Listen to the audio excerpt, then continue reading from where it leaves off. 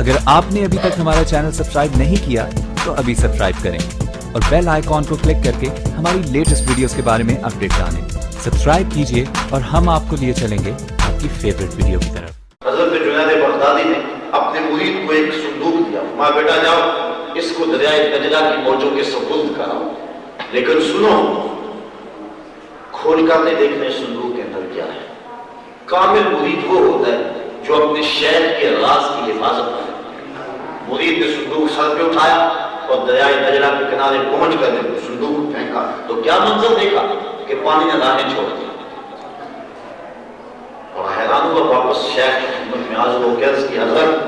یہ منظر اگر میری آنکھیں نہ دیکھتی تو میں کبھی سوال نہ کرتا، لیکن جب تک آپ اس کا جواب مرحمت نہیں فرمائیں گے مجھے چین نہیں ہے۔ مجھے بتائیے صندوق میں کیا تھا کہ جس کے لیے پانی نے بھی راہیں چھوڑ دی، اور اگر کوئی اتنی ہی معزز شے تھی تو آپ نے اس کو پھینکوا دیا۔ تو حضرت جنید بغدادی فرمایا، بیٹا چونکہ میں بتاؤں نہ تو آپ کو چین نہیں آئے گا، سنو میں نے 12 سال کی محنت شاکہ سے تصوف کے رموز و اسرار و قوامض پر ایک کتاب لکھی تھی، پھر 12 سال میں اس کی نوک فلک سنوارتا رہا، اس کا کوئی فکرہ، کوئی جملہ، کوئی فکر شریعت کے مزاج سے ہٹ کر نہ لکھی گئی۔ لوگ عمل کریں جنید بغدادی کے حوالے سے، اور پکڑا میں گفتگو کر رہا ہوں آپ کے سامنے، ذمہ دار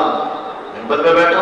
اگر میں غلط رہنمائی آپ کی کر جاؤں اور آپ اس کو دین سمجھ کے قبول کر لیں اور اس پر عمل کریں تو ظاہر ہے کہ وہ میرے گلے کے اندر پٹا ڈالا جائے گا، تو نے غلط رہنمائی کیوں کی۔ اس لیے اس منبر پہ بیٹھ کے گفتگو کرنی کوئی مذاق نہیں ہے، بڑی ذمہ دارانہ جو ہے وہ کام ہے۔ اس طرح کتاب لکھنا بڑا ذمہ دارانہ کام۔ فرمایا میں نے 12 سال میں کتاب لکھی، 12 سال میں دیکھتا رہا کوئی ایک جملہ شریعت کے مزاج سے ہٹ کر نہ لکھا گیا۔ 24 سال بیت گئے،